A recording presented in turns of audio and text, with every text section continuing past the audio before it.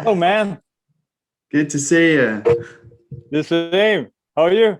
Yeah, good, thank you. So I was Yeah. just about ready to go, and I looked at my t-shirt and somehow had a stain on it. So it's like, right, quickly change. It would be good at the end of an interview to realize you had a stain on your t-shirt the whole time. Yeah. And I was like, if I had seen it, I would like, okay, going bad. This guy's classy. Yeah. Now we're going down in the drain. Yeah. Oh, we like do things in style, so Yeah. How's the weather? yeah, it's not bad actually. We've had a bit of sunshine. I in fact have caught a bit of sun just because. But you're English. You can't get sunburn, you know. No, not at all. We're like you're just red. It's that typical kind of I'll never get sunburn, and then 6 hours later you're like, okay, yeah, Right. but now you are up and running and kind of getting some filming done now, which is good. Have you traveled far? Are you still staying kind of in Sweden at the moment? No, but I made 2 movies in Norwegian. Okay, yeah. But they are. I mean, we were finished with those 2 just before the pandemic started. So now those movies are on this festival tour. So one of the movies that called Him have the world premiere at the Moscow Film Festival. Okay. And yeah, and the other one called We Are Here Now, where I have the lead, have already gone quite much on festival around the world. And yeah, last week I was interviewed by Bremen Film Festival. Okay. It's a quite cool festival. It's a quite small festival, but it's only filmmakers who are like running the festival. Yeah. Okay. So it's a cool festival. Yeah. Whereabouts is that? Bremen. Bremen, I say like must be German. German, yeah. I was thinking, yeah, that makes sense. Yeah, okay. Oh, yeah. Oh, nice. Yeah. Okay. And which movies did you have? Were you running there? We Are Here Now. Okay. It's Norwegian, the Norwegian film, and okay. and it's and then after that I went to Sweden when I made one movie called No Shoes. No Shoes. No Shoes, and it was a director called Omar Dugan who directed it and had write it as well. So, and I play a lawyer from hell.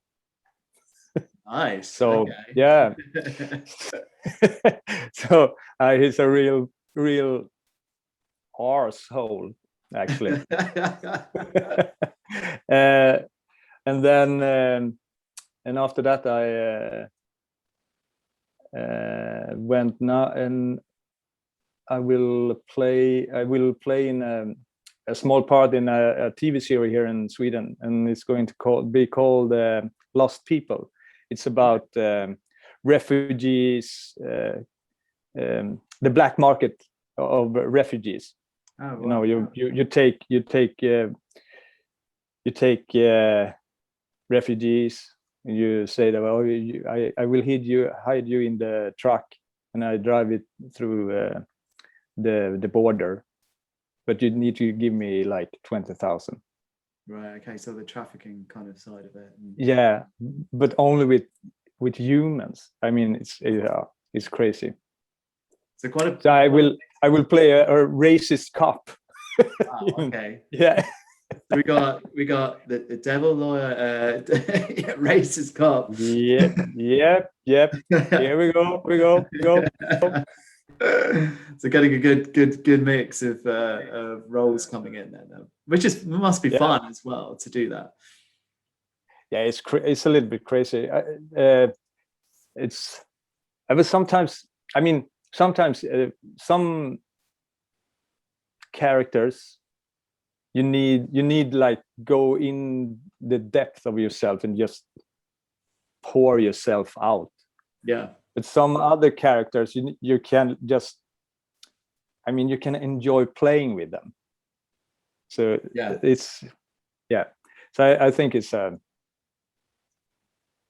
think when you play this badass, then you need to have some kind of humor in it. Yeah. Otherwise I think it's going to flat. It's going to be like, I'm a badass and I will kill you, blah blah blah, and then you're gone. It's just it's just a psychopath. So but I think it's cool to do different kind of characters, and I will this summer I worked with 2 features. I've been working with them. One of them I'm have been like a co-writer for the feature. Yeah, and it's cool. It's a bit, it's you know, when you dream a lot, you have this romantic picture where you're going like, oh, I will run a like a bed and breakfast, and I in the summertime, and I have some flowers and coffee on the table, and nice people come here and just enjoy my beautiful life. And then when you're coming to the reality, you understand that, oh my God, it's a lot to do. I need to I need to fix the house, the bed, all the beds. I need to clean or everything, and so on. And I mean, the name of it is August Dreams. Okay. And it's going to be like, and it's a couple that they have some problem in their relationship, and the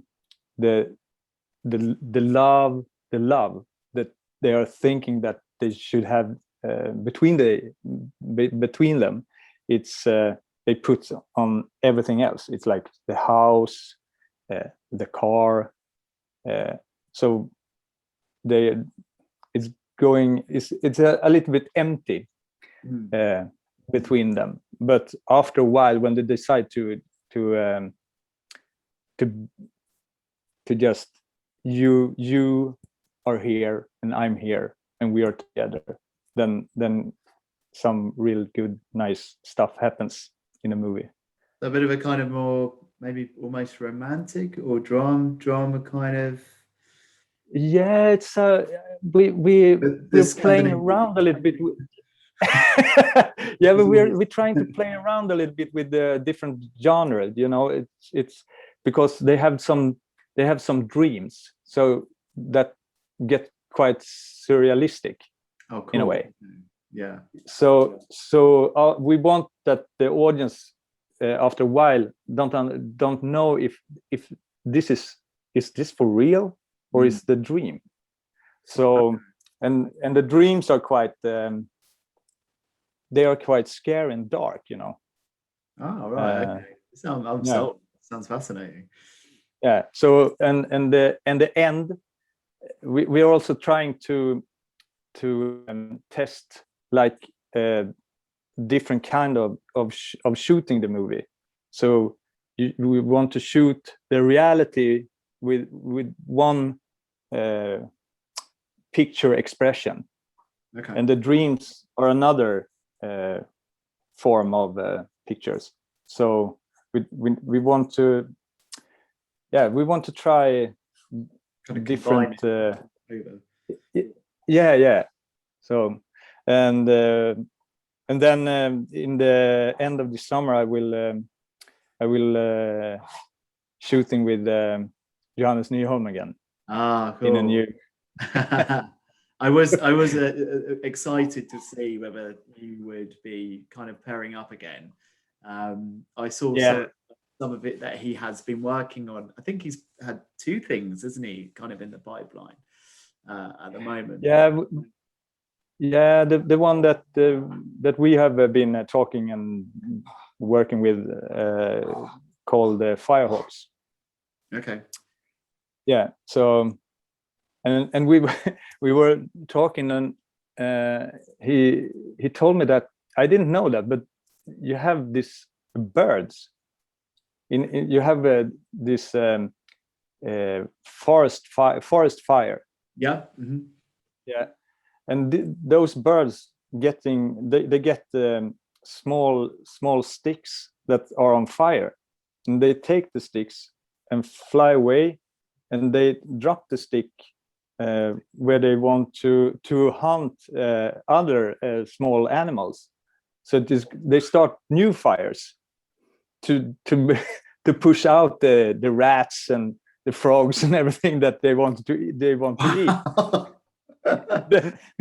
And they just dive and kill them and eat them, and have started a new forest fire. Wow, I've never even known or thought of that, but that's wild. Yeah, it's wild. And the thing with Johannes, you don't know if it's true or if it's in his imaginations. Yeah, he's a very interesting guy. I saw one thing where he had this interview with this guy. It's on YouTube, and he has this fight with him and pours water over him and goes wild. And I didn't know. I was like, is this real or is this staged? Because it was really hard to tell. He's very kind of, I love it. I do like it. And I think for the wrap of this film, he released a video on Instagram of him celebrating, and then eventually this is on his Instagram where everything starts burning down, and it's just absolutely we did it together. Okay, all right. So this is for the Firehawks. Yeah. That was insane. The rap on there, and I just thought, right, okay, this is gonna be. Yeah, but we were like, but it's cool if he just put the light out, and the candle will drop down on the floor and put fire on the curtain. Yeah. And we were like, but we have to do that. And we're in a small house, so but we were, we do it anyway. Let's do it. And the curtain was the material of the curtain was plastic. So, and my my youngest son, we put him on under the table. So when we said to him, when the candle go to the floor, you just light the curtain. And he was we do that. And then Johannes and I were like, but maybe it's a too slow fire. We need to pour some liquid it's like petrol or kerosene or something. Yes, on the curtain, so it's really started to burn. And then I sat beside Johannes, and with what do you call it? This when you put out the fire with to put out fires. Yeah, an extinguisher. Yes. Yeah, with powder. It was like that. Yeah. Poof. And then my son was lighting the curtain, and it went like boom, and up in the roof. Hello, my name is Johannes Nyholm, and I'm the director of this film. And my name is Maria Müller Christoffersen, and I'm the producer of the project called Firehawks. Yeah. I mean, maybe we shouldn't celebrate before victory, but in one way, I think it's a little bit of a victory just to be here at Cinemart. You shouldn't try this at home. It could get a little bit messy. To Firehawks!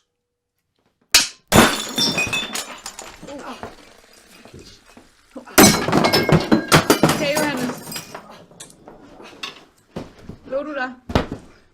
Johannes? Hallo? Er du okay? And all over us it was fire, and I was like, my God, but we need the shot. We need the shot. So it was fire all over us.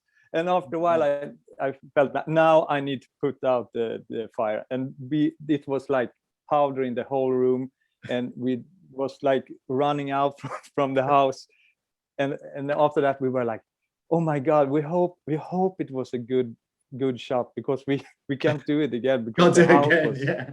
it was gone.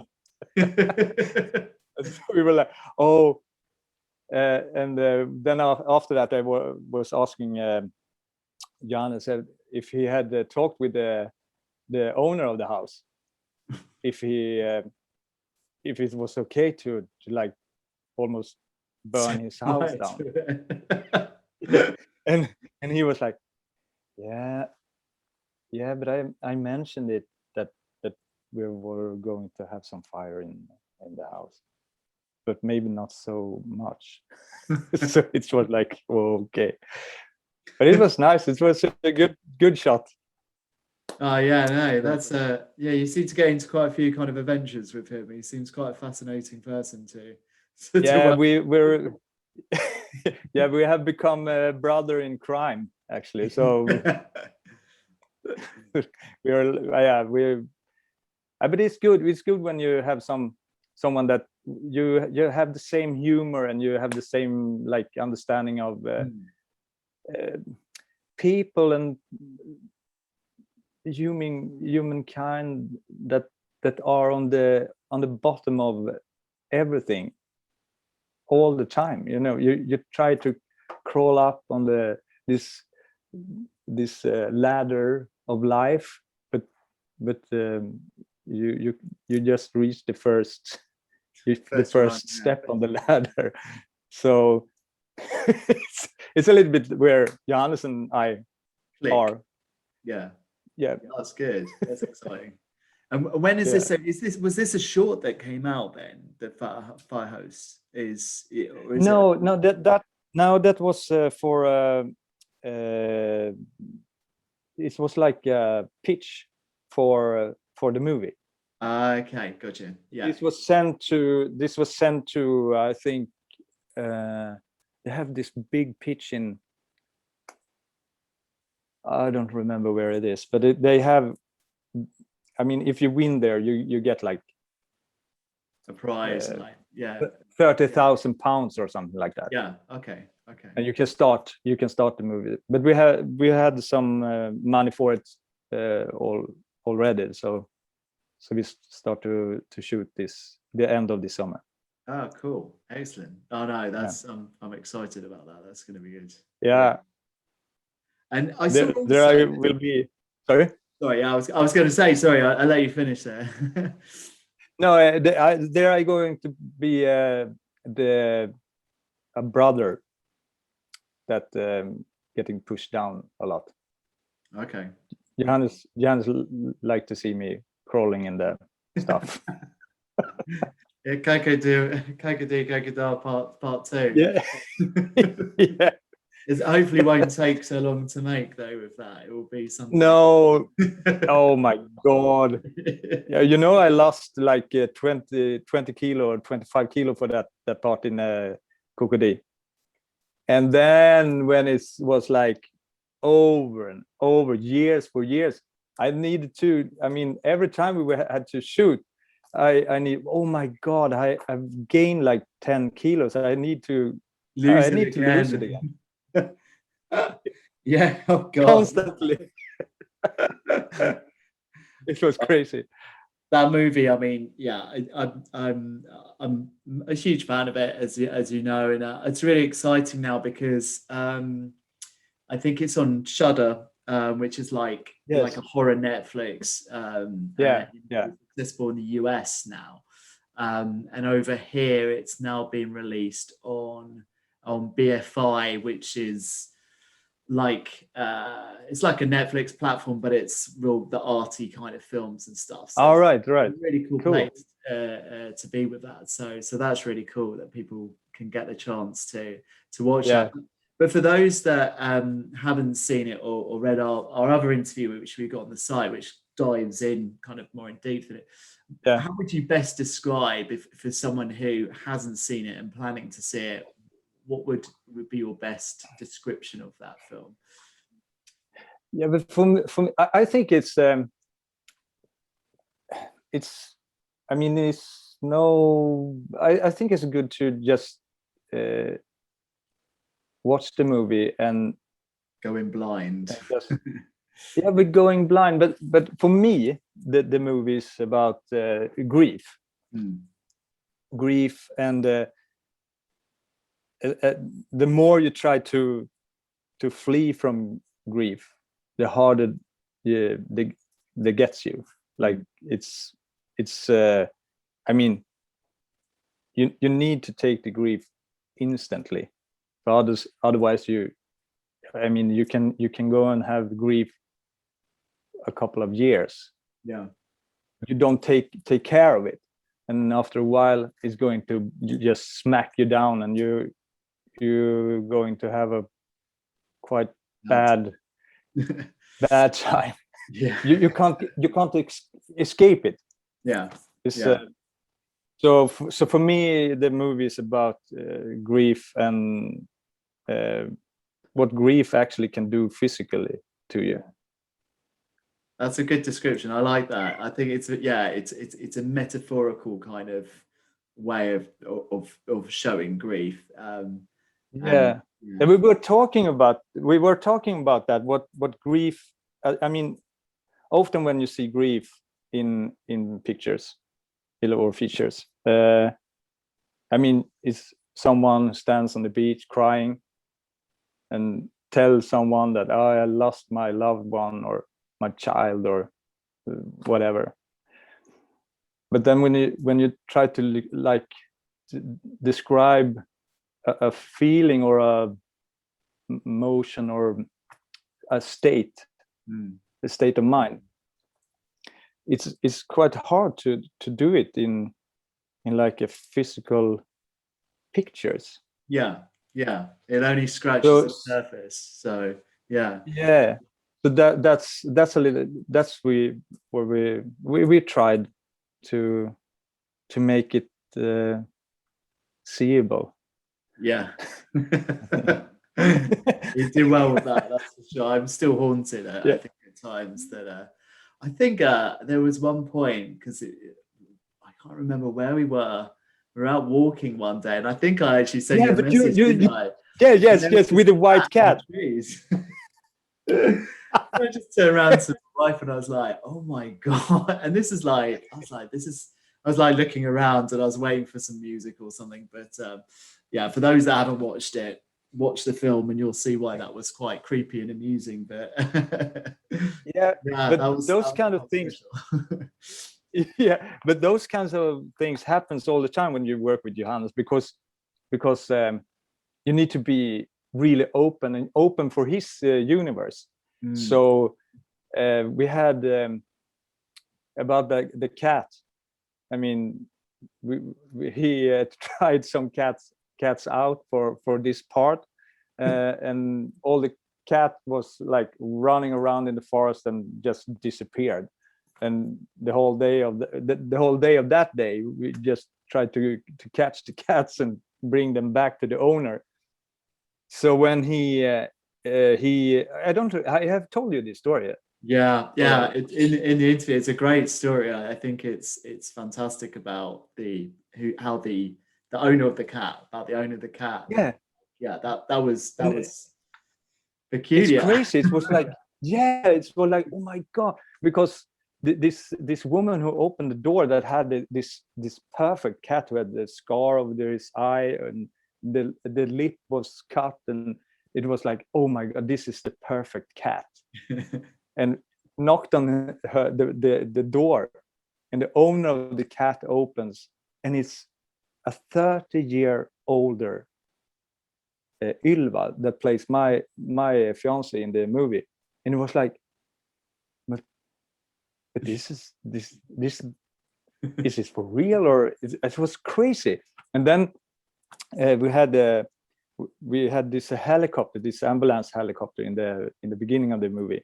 When we went down to the ambulance platform where they have the helicopters, they said, oh, but this is the helicopter that you're going to fly with and film in. So I walked in front of the helicopter, and the name of the helicopter was Rooster 1. No. Okay. I was like, oh, what's happening I don't want to here. get on. Yeah. So no. Oh. Yeah, it's always, it's all the time. And but the thing is with Johannes, it's really, really good that those kind of things, he take them in. Yeah. You don't try to, and when you get open with that, then you see it everywhere. Yeah. So that's kind of cool. Yeah.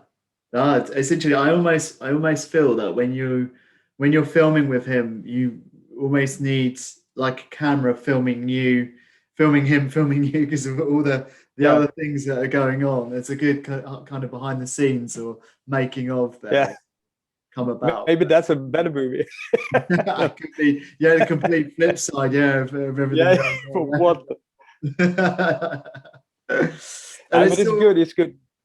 I saw a couple of other things you've been working on. One, well, what was it? It was called Tennis Dad or something. Was it Tennis Dad or with? It had this incredible. Jean-Marc Barr. Huh? Do you mean Jean-Marc Barr? When I played with Jean-Marc Barr, or no? You mean the picture of yeah. So in English, it's been Tennis Dad, according Tennis to Dad. Yes. Which looks really interesting. I don't know when that might be released, but that looks that poster alone is just like, it was like, wow, okay. But it's cool. It's cool to have the poster with this girl, because her name is Isabelle Grill, and she is. Have you seen the horror movie Midsummer? Oh yes, yeah, big fan. Love the redhead girl. Okay. You remember? She's the one I play with. So wow, she, her and I have we have our heads mixed in that picture. Yeah. Oh wow, okay. Well, put together. Yeah. And what's your role in that movie? What's or is it's a movie, isn't it, or a series? It's a movie. It's a movie. I have the lead, play the lead part, and playing a dad who is but he wants her daughter to be a tennis pro, and he pushes her to the extreme. Yeah. but he does it because he was a good tennis player himself when he was younger, but he hurt his knee and had to put those kind of dreams away. And then he gets his daughter, and then it's like, now I will live my dream through her. Yeah. Okay. Yeah. It's a common common state. Something that happens a lot. I've seen. Oh yes. Sports really. But those guy who wrote and directed this one, I was working with them. If it was last year, and last year or the year before that, but then I worked with Jean-Marc Barr. Tell us about that. That's really interesting. It was really cool to play with this legend. He's I think the hardest time for me to play with him, it was like, don't get starstruck. just try to be a human being, and he's only a human being, but almost, or not actually. But it was about it's about an artist, a painting artist that he have got tired of life and just it's enough, and he wants to make a last masterpiece, and is with him getting crucified on a cross, and have this audience on social networks, and I play his best friend, and he asked me to nail him down on the cross. But yeah, okay. you know, so it's yeah, and that's the way. And then my character don't really Not feeling it. want to do that. He just want him to be here, stay here, man. Yeah. So yeah, he's incredible. Nice. So I mean, one of my favorite films is the Big Blue, which he did with you. And when I saw the clip of you with him in this movie, I'm like, how does he still look the same as he did? Gosh, I think Big Blue must be 89, 30 younger. Yeah, it's released 1989. Yeah, so yeah, almost. I mean, he's just his secret was like, just have a nice life. Yeah, just try to have it to be cool. So I mean, he was but he also told me that after some years before the Big Blue, he had this Calvin Klein contract. Yeah, I think I can. And he told me that he lived for that money in like 5 or 8 years. Really? God. Yeah, so he were just like, yeah, it's cool. I don't need to I can take it slow. It's no problem. He didn't go down the rock and roll route. He just no. But sometimes when you talk about that, when you're like talking about but you need to suffer if you're an artist. You need to have pour out your soul and your life, and you have to be through so many bad things, and then you can tell the big story. But when he told me that, I was like, yeah, maybe that's the way too. If only we could go back in time and tell so many people it's okay. Just you don't need to suffer. Not so much. Just take a look at him now. Like, there's a good. He's still beautiful. And you're looking like trash. You're looking like the Keith Richards or Keith, the world, and they're just like, it's like, But, okay, who do we want to be? And when does this movie come out? When are you taking it on festival circuits, or is it? It's been sent to different festivals, so I don't know actually. And things as well. It's so nice to hear recommendations in but I mean, Black Panthers, just listen to it. It's really good.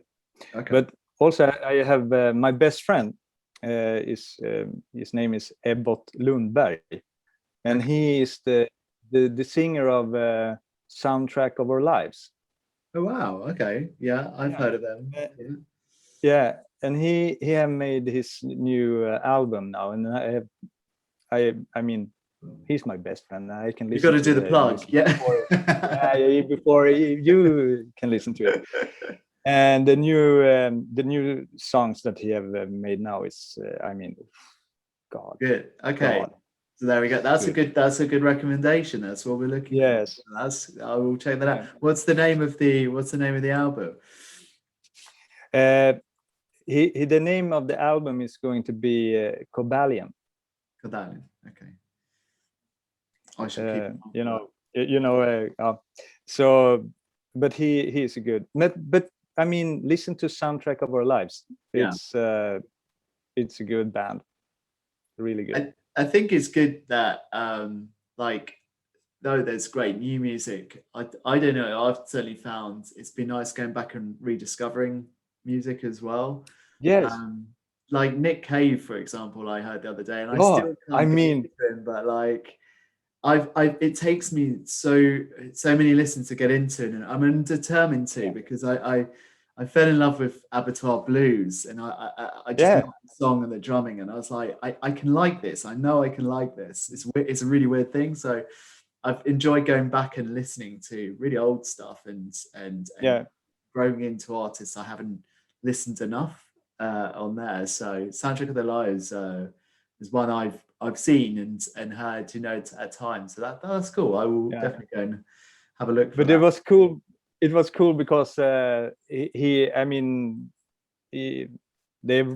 written about Abbott a lot in the Rolling Stones, Yeah. the magazine, and it was cool because the Koka-Di Koka-Da was mentioned as one on of the 10 best movies of the year. Yes, it was. Yeah, I saw that. Yeah, in Rolling Stone, and we were on the eighth place.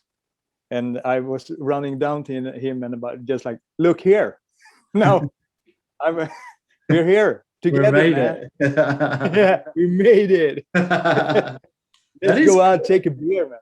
That's great recognition, actually. I think this is the thing I love about that film, going to that, because I do think it is a cult film, and I still think it's still growing. It's been around a little while, but I still think that